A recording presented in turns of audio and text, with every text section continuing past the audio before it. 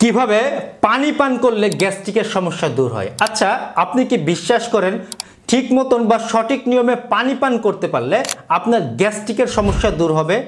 Maximum ব্যক্তিদের এই পানি পানের ভুলভাবে পানি পান করার কারণে গ্যাস্ট্রিকের সমস্যা বেড়েই চলে।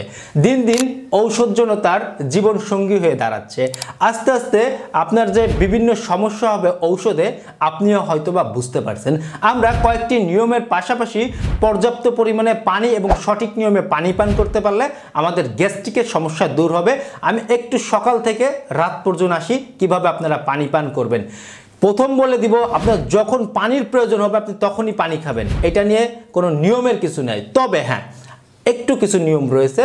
নাম্বার 1, সকালে অবশ্যই পর্যাপ্ত পরিমাণে পানি পান করতে হবে ঘুম থেকে উঠে। নাম্বার 1, যদি সেটা কুসুম গরম পানি হয় তাহলে আপনার শরীরে একটি ঔষধ হিসাবে কাজ করবে।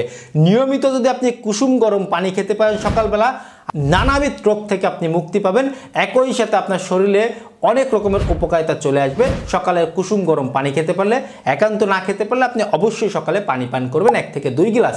নাম্বার 2তে খাবার খাওয়ার 40 মিনিট থেকে 1 ঘন্টা পরে গিয়ে পর্যাপ্ত পানি খাবেন। আর এই খাবারের টাইমটা যদি একান্ত প্রয়োজন হয় তবে খুবই অল্প পরিমাণে পানি পান করতে হবে। সাধারণভাবে কোনো ফল পাশাপাশি কোনো তেল ঝাল মশলাযুক্ত খাবার অতিরিক্ত খাওয়ার পরে পানি পান করবেন না। একদমই ঘন ঘন পানি পান করতে হবে না। আপনি ধাপে ধাপে গলা শুকিয়ে আসলে বা পানির প্রয়োজন আছে এমনভাবে পানি পান করতে হবে। পাশাপাশি আপনাকে লক্ষ্য করতে হবে যে আপনি ঘামাচ্ছেন নাকি এসি রুমে আছেন। তাদের জন্য একটু কম বেশি আছে পানির মাত্রা বয়স অনুযায়ী, সেটাও আপনারা জানতে পারবেন।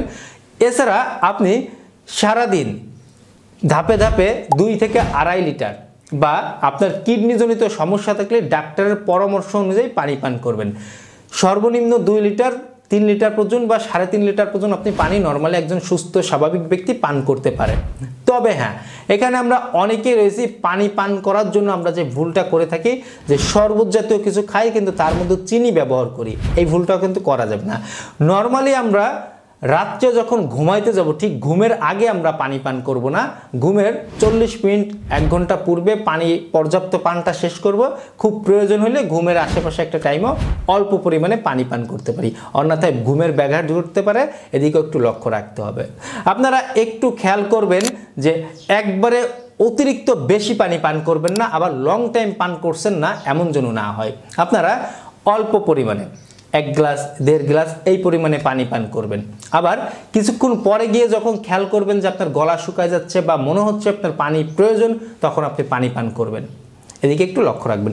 এই পানি পান করার পিছে আমাদের শরীরে সুস্থতা রয়েছে। সুতরাং আমরা সঠিক নিয়মে পানি পান করব। খাবারের সাথে পানি পান করব না, অতিরিক্ত বেশি একবারে পানি খাবো দীর্ঘক্ষণ আবার খাবো না এমন যেন না হয়। সকালবেলা মাস্ট বি আমরা ঘুম থেকে উঠে পানি পান করব, এদিকেও লক্ষ্য রাখতে হবে। ধন্যবাদ সবাইকে।